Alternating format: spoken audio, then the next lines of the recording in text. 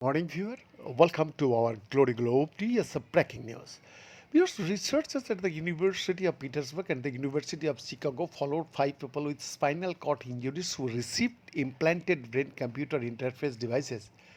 Over combined 27 years of implant use, the systems delivered about 168 million electrical pulses to the brain without causing any serious adverse event. Published in the Science Translation Medicine, the study is the longest investigation so far of intracortical microstimulation in humans, and it provides rare evidence that artificial touch signals can remain safe and relatively stable not just for months but for years too.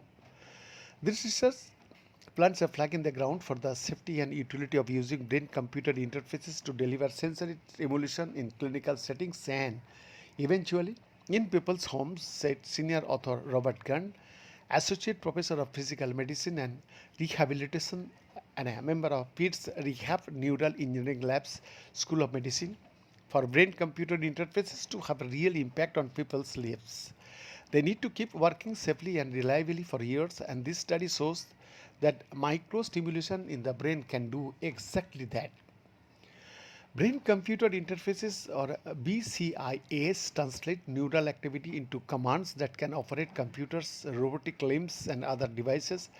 Some systems also work in reverse by sending information into the brain. In this case, tiny electrical pulses were delivered to the somatosensory cortex, the region that processes touch from the body. Viewers, the feedback could be crucial for making neuroprosthetic devices more useful.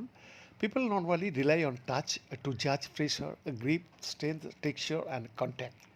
Without it, controlling a robotic hand depends heavily on vision and can require for more concentration.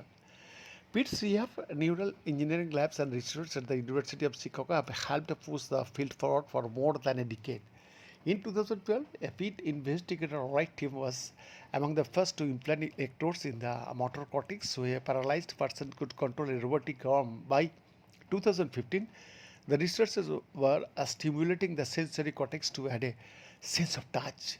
The University of Chicago implanted its first participant with electrodes in both the motor and sensory cortex in 2020. BNS exclusive.